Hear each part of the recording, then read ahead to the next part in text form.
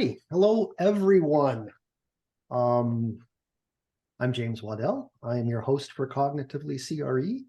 It has been quite some time since we've had a Cognitively CRE show. The format's changed a bit, but before we get into all of that, I'd like to welcome Gordon Wright. Gordon is the Senior Principal and Firm-wide Director of Workplace at HOK, and he is also an executive member of our advisory board.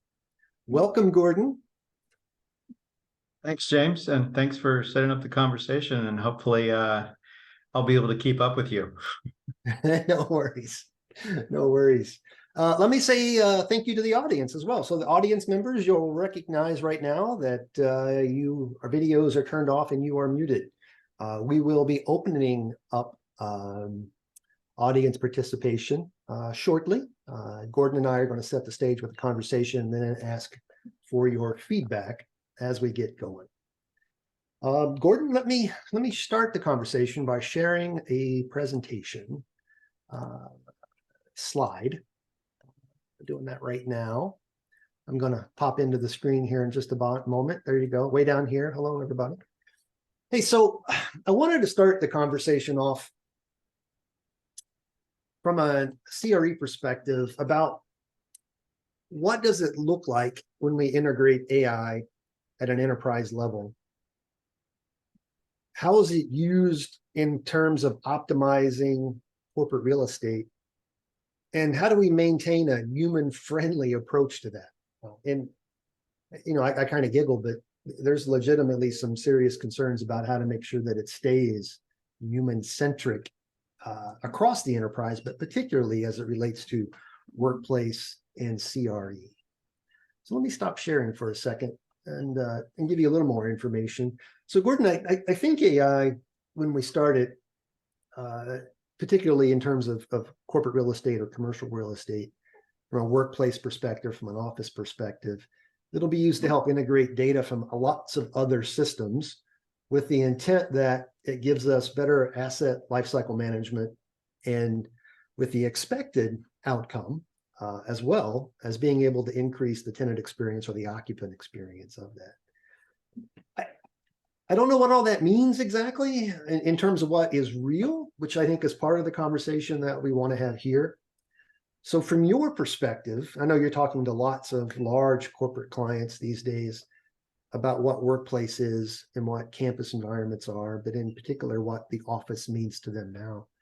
What are we seeing or hearing? What are you seeing and hearing in terms of optimization, data, artificial intelligence, just in general? James, I'll back up just 1 second, because I think there's sort of 3 buckets that we've seen in the enterprise, in the workplace, and in large corporations. One, which really is they see the result of from, I guess, sort of, this is being selfish for a second, but my perspective is the design technology. So how do we create these environments? How do we design and build these environments? So in the design build phase, there's a lot going on there. And I know that's not the conversation today, but that's the sort of, if I talk about the 3 buckets, that's the first bucket that we see an impact to the built environment. And the second one is it's been around for a while, becoming more and more sophisticated, you know, by the minute, literally, is building management. And there's a lot in saying building management, but I'll just leave it at that for now, because that's not really the topic of today. I think the last piece is what you've talked about, is the user enablement and the user experience. And frankly, I think it's where we're weakest right now, is because we still we're scrambling, we're moving quickly, which is not a bad thing. But I think one of the challenges we have, and I know several names on this call today, and I think they could say this maybe even better than I could, because they talk about this all day long. But one of the challenges is that as we move quickly and try to adapt these new technologies, we had this little pandemic come swooping in a few years ago, and really, I think, accelerated a movement that was already afoot. Is that the satisfaction with the workplace was already pretty low. And then when we went away from the workplace for a year and a half, 2 years, depending on where in the world you are, we really had a chance to reflect and look back. And so I think that brings us to this notion of what's happening today is many of the clients that I work with, and I think many of the large organizations globally, are very concerned and or trying to figure out this piece around enablement and engagement. And that to me is tied right into experience. I think experience is probably lagging the technology right now in the workplace. There's other, and I won't go into it now, but I know you and I have talked about this in the past. There's other technologies that we have in our lives where the experience is much more advanced, and I'm going to say much more in tune or in step with the technology as it's adapted. I think in the built environment, I think in the workplace, I think it's lagging. So I'll just stop there and see if that makes sense. Uh, it does. In fact, I was just on a GSA RFI call. It was a webinar. It was public information, so this is available to download. But they had a few graphics, and they were acknowledging the fact that corporate real estate, facility management in general, are very slow to adopt new technologies, even though they may have a very high impact on cost saving, sustainability, and carbon reduction. And in fact, part of the funding for this year through the remaining of 2035, in fact, from a GSA perspective, was in the billions of dollars, was intended to help accelerate that and overcome that hurdle of slow adoption from corporate real estate and facility management. So from my perspective, absolutely yes. I do believe that's the case. I also think from what I see in market, there's a dynamic, right? So there's an elephant in the room, and that a lot of companies, corporations are now downsizing their CRE footprint. They're getting rid of their leases. Maybe they're selling the office spaces or buildings that they have owned. And in general, I think we're almost through that wave. So we're not quite at the peak yet of companies doing that. But I think on the other side of that, there's going to be a swell of interest in getting a new type of workplace, a new type of office, a new type of gathering space, whatever label we want to put on that, for our employees to come to have a meaningful experience, right? And we can define that in whatever form it means. And then I think the conversation changes a little bit. We used to have point systems in prop tech and in corporate real estate where we could determine certain things like badge reading data or people counting systems, and they were very siloed, and they had their own software bits that you can go in and look at dashboards. The AI has really disrupted all of that. And now the question becomes, I think, I'm already deploying enterprise AI, right? That's what Microsoft's doing. Copilot was released on November 1st, and corporations are figuring that bit out. So workers in general have access to artificial intelligence, and the IT department is now figuring out what that means for them. At some point, though, there's going to be a really good conversation at the C-suite that says, what has been optimized with AI? Or what are we doing better from finance? What are we doing better from maybe product development or client services? And the spotlight's going to come around to facility management and corporate real estate. And they're going to say, what are we optimizing with these incredible tools that we've invested in from an AI perspective? And I think that is the holy shit moment, pardon my French, but it is the holy shit moment for our industry, and maybe being a little resistive to using AI to optimize our spaces. And now we've got to figure that out. And now's the right time to have that conversation.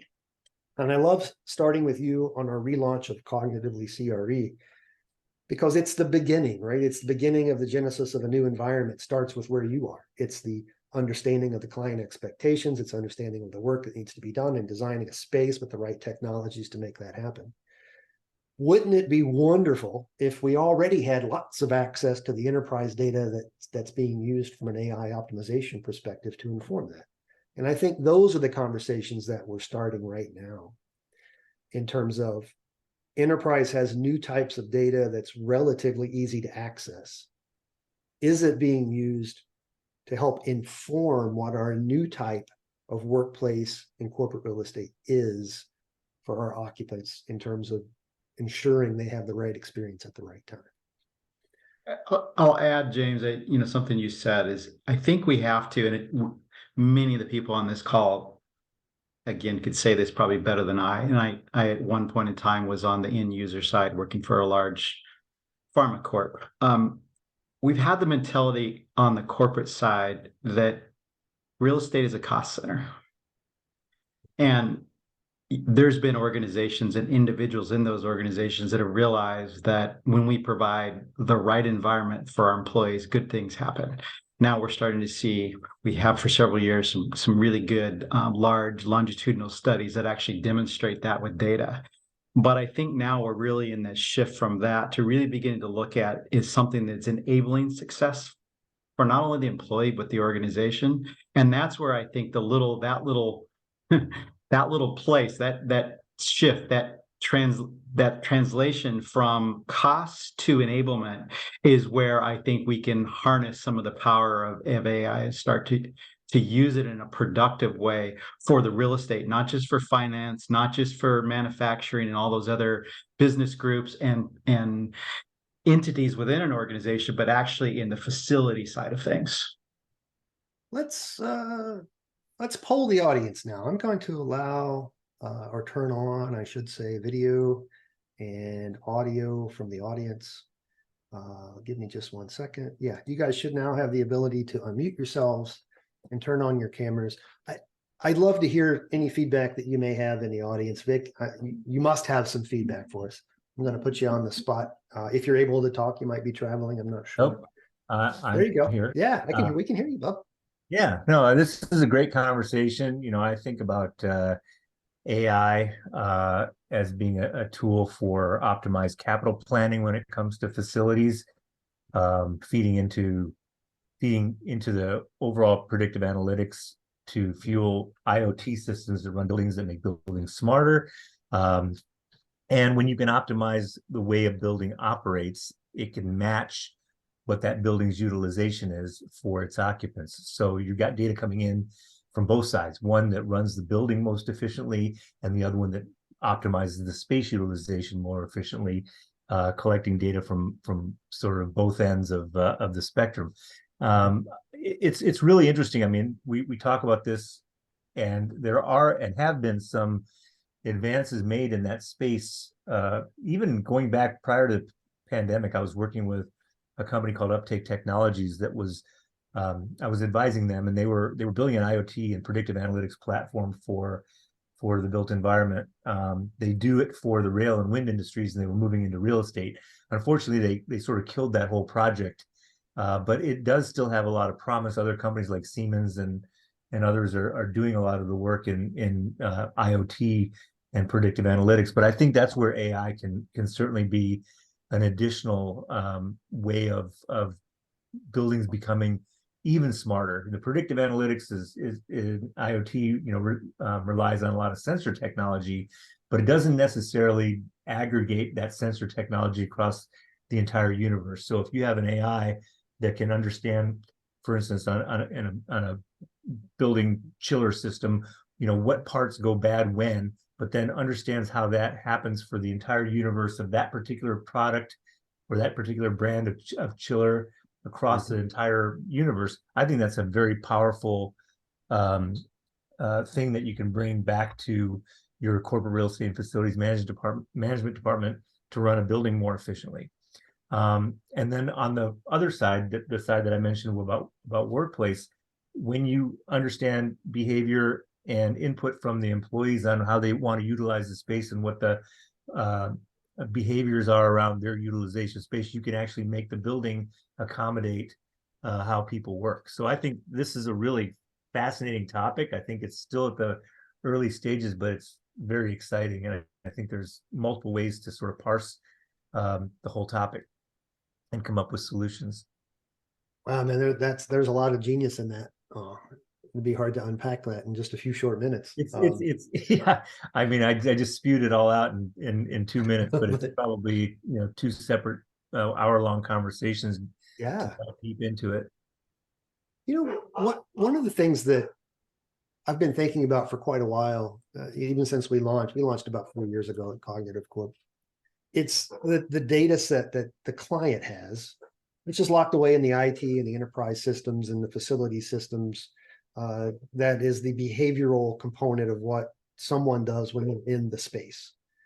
And the architect needing to know that instead of just sort of guessing at it or doing some canned personas that sort of might fit. Gordon, I'm going to put you on the spot a little bit and and I don't want you to give up any trade secrets or anything like that, but one of the things I've always been thinking about is I wonder if it makes sense for the architects to mine that data, or as a service or an offering from a client perspective to help them mine that data to better enable workplace optimization. And I'm not sure that made sense in the way that I said it, but it almost makes the workplace strategy teams at the design firms consultative data analyst, right? Getting the right data at the right time to help inform what those workplace strategy components need to be. Maybe that exists already. I don't know. I'll call us out on the design side. So we as designers, architects, we love to solve problems, which is a great thing. I think one of the things we've failed as an industry for years, now starting to get better at it, is looking at the results of the design and what did it do or did it not do. There's post-occupancy surveys, which are typically very manual. That into itself could be something where AI could have a role to play, in my view, because it's such a broken and process that doesn't always get applied even-handedly. The other thing that I would say is that there's pockets of data that never get hooked up. So many times when we go in and begin to look at with our clients at the data they are collecting on behaviors of their employees as it relates to the environment they're working in, the support they're providing them to do their job, it's very thin data. It's singular, maybe 2 or 3 points of data. That's another opportunity, I think, is where do we begin to aggregate this data and then really begin to do some predictive analytics, as Vic talked about, to say, if this, then that, let's study that and see what happens. I think we're still back in the days of, and this is, again, my industry, the design side, we're still back on saying, how did the building work for you? Did the 740 people that was part of your program, did they fit in? Great. They all come into work. Nowadays that's a tough question to ask. Are they all coming to work? We know what the answer to that is, but it's very simplistic old thinking that I think a lot of the post-occupancy evaluations on space and buildings and workplaces, and it's not in the way we're working now, and it's not yet taken into consideration to the level it could and should be, some of the tools that are out there to allow us to look at multi-data sources, compare them against each other, start to do some longitudinal things rather than at an episodic basis. Hey, I moved 750 people into this space. Let's see how that space performed in 6 months, and then we move on to the next space that we're going to design, or the next space we're going to reduce in size as it is today.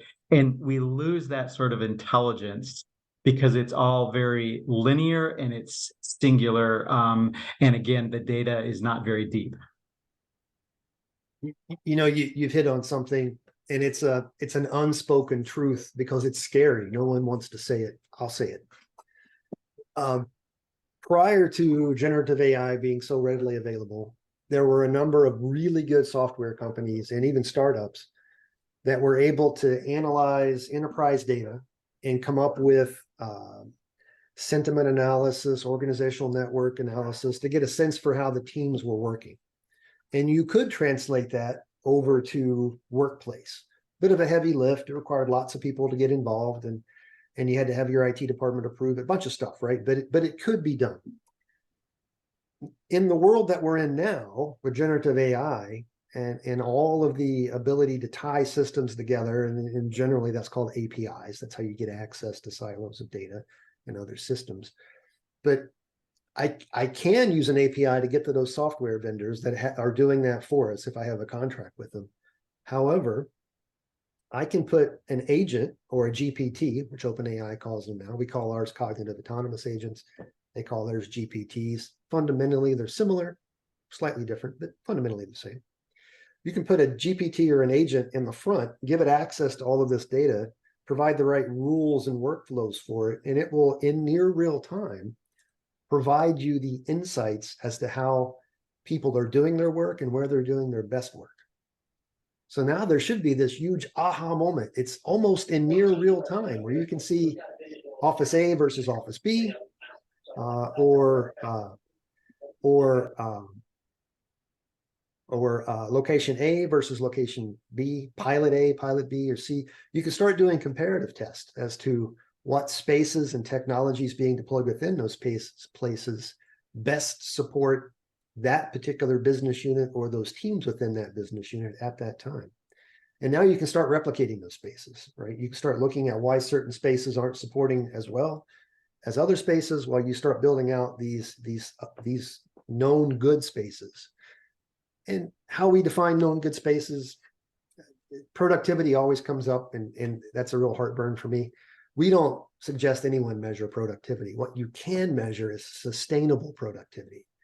We can show over time, and everything pretty much needs to be measured over time for it to be a real metric, even though it's in near real time. But what you're looking for are trend lines. You can start spotting trend lines at an individual level or a team level for burnout, for disengagement, for poor team dynamics. And that will let you know, hey, something needs to happen here. Maybe they haven't met in person for quite a while. Maybe they've just got a really bad workplace that they're forced to go to. We don't know, but it's a really good indicator that something needs to be done. Now, somebody can be there looking at a dashboard, just waiting for the light to turn red, right? Oh, nope, that turned red. I need to do something. Or you can have an autonomous agent that's looking at that data and will enable your suggestions. It will let you know, hey, there's certain things that look like that are going negative from a trend perspective. Here's suggestions on what we can do to mitigate that risk for our team, right? And that could include corporate real estate, could include facility management, certainly would include the team management for what's happening there. And I think that's the difference. We used to have data that you put into a dashboard, and somebody gave it to you maybe once a month, and you look for green areas and red areas and maybe a few yellow areas, and you wondered why red was red. And you hope someone was giving you the right information, that you had the right mitigation plan. But with the tool sets that we have today, that we can still use dashboards, but I can just interact with the data that I have. I can ask it, hey, the agent, I can say, where are we trending negatively, and what are some suggestions to fix that? So that's from a team and a workplace perspective, and how workplace impacts those teams. Going back to what Vic said in terms of predictive analytics, from a facility management, that's very similar, except instead of people, we're talking about systems. So boilers, electrical things, all the maintenance aspects for what's happening. We can, with the right data and the right sensors and the right IoT components, which is really important. You got to have those things in place to get the data. Start doing better predictive analytics and maintenance before things break, so we get in front of it to do the right maintenance. And that's why we're very focused on both workplace and facility management. It's a similar approach, it's just two different data sets. I might have rambled on there a little bit, but I think it's very important to ensure that we have the right data coming from both enterprise clients, occupants, and facility management aspects as well. I will say this, Gordon, I don't know if the statistic is true, but the GSA said it, so I assume it's true. 80% of the buildings in the US do not have even a basic building automation system. So it lacks the ability to control through software or to get information from the building to someone to analyze it.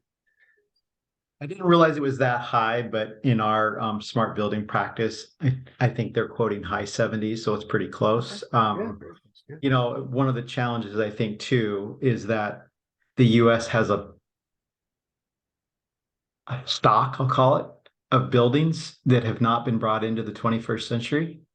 And that has an impact on the performance of the building when it comes to humans, not just the ability to manage the building, but to manage and enhance the activity that is supposed to take place within that building. That's a huge challenge too. Many of these buildings, not to get too far off track, but from a sustainability standpoint, are way out. And you can start rolling from there. It comes right up the ability to adapt some of these technologies that we're talking about. There's an infrastructure investment required before they can get there. And particularly on some of the campuses that we have in large corporations built in the 60s and the 70s, a pretty significant investments required to get there before these buildings can start to use some of this technology. Now, it's not to say it's impossible. It's just to say that has to happen in order for these buildings to begin to support the behavior or support the technology to track the behaviors we're looking to track. So let me ask the difficult question, right? So from the outside looking in at the corporate real estate industry, we are in a divestiture mode, right? We're trying to get rid of expenses. We're trying to get rid of buildings. We're trying to exit leases. Are there companies that are either currently or looking at spending fairly significant amounts of money to do this type of thing, right? For net zero decarbonization? These are not light lifts, right? These are fairly heavy, expensive deployments. What do we think? Let me ask the audience in general that question, right? So if you have an opinion on that, you can pop in and let us know. Or raise your hand and do so. Here's my take on it while we're noodling that question. There are companies that are looking at optimizing workplace, and they are definitely looking at spending fairly large amounts of money on the right systems in order to meet net zero and decarbonization goals, particularly out of New York. So that's real, right? So I can't say it's a broad market, but I think it's counter to what we all think is happening in corporate real estate, right? There are investments being made in those types of technologies. I wonder, though, if the folks who are making those investments are making really good, informed, well thought out decisions and understand what their destination is in terms of what good looks like in 3 to 5 years, right? Or are they doing what sort of they've always been done? Or are they looking at these siloed solutions going, yeah, that looks good, let's buy that. And then they buy the next solution without really thinking about how it all fits together in terms of optimizing workplace. Those are some things that I think we want to dive into, that we will dive into moving forward in Cognitively CRE. In fact, next month, we have these monthly. Next month, our focus will be with the VC community and what they are seeing in terms of new technologies that are coming out to do exactly that. I think that'll be eye-opening for all of us to see sort of what some of these newer systems look like, how they're being deployed, and to a certain extent, what the uptake on those systems are. And I think Gordon, it changes the conversation a little bit from what should be real to what is real. And then how do we get more people to adopt what we consider optimized at Cognitive? James, I sort of have a question. I hope somebody in the audience, and this is really a question I'm trying to get my finger on, is, you talked about, and I think Vic talked about, is, we're in this cycle right now where there's a lot of get out of space, get out of leases, et cetera. One of the trends I'm seeing is that there's a different willingness to make the investment in some of this technology for those who own their space versus those who are leasing their space. Now, and I don't know if that's just in the client group that I'm working with. I'd love for anybody in the audience that has insight into this to weigh in, but that could also be a deterrent or a motivator, depending on which side of that equation you're on. But when we start to think, we said earlier, this little cost center mentality of, okay, we have to reduce costs, or the utilization is not what we want it to be, so we're going to get out of space. My concern is that gets in the way of doing the right thing for the building, for the occupants, and for the work that happens in that building. I'll give the audience a chance to noodle on that, but and you and I have not had this conversation before, so I think it's a great question. There are I think building owners fall in two categories. With the interest rates going up, if they have to refinance, it means their building is going to be significantly underwater, and there's going to be a holy crap moment and unfortunately some bloodletting probably in Q1 of next year. If you're a building owner that's not in that situation, good for you. You're going to be catching up with all the other folks when they exit whatever happens with these buildings at the end of this sort of quagmire, where these buildings will now have new owners or the same owners, and they've got to do something with them in terms of optimizing them. I hate to turn this into a sales pitch, but we've thought our way through that. And just today we launched something called EchoSync. And again, we hadn't even talked about this, but wow, what a segue. So EchoSync is geared towards those building owners as to why they would want to make certain investments in terms of building automation and artificial intelligence and rules and workflow based pieces, in order to make their buildings more compliant with net zero and decarbonization and energy saving trends that are out there, or I would say legislation that's out there. I think it can be done relatively inexpensively.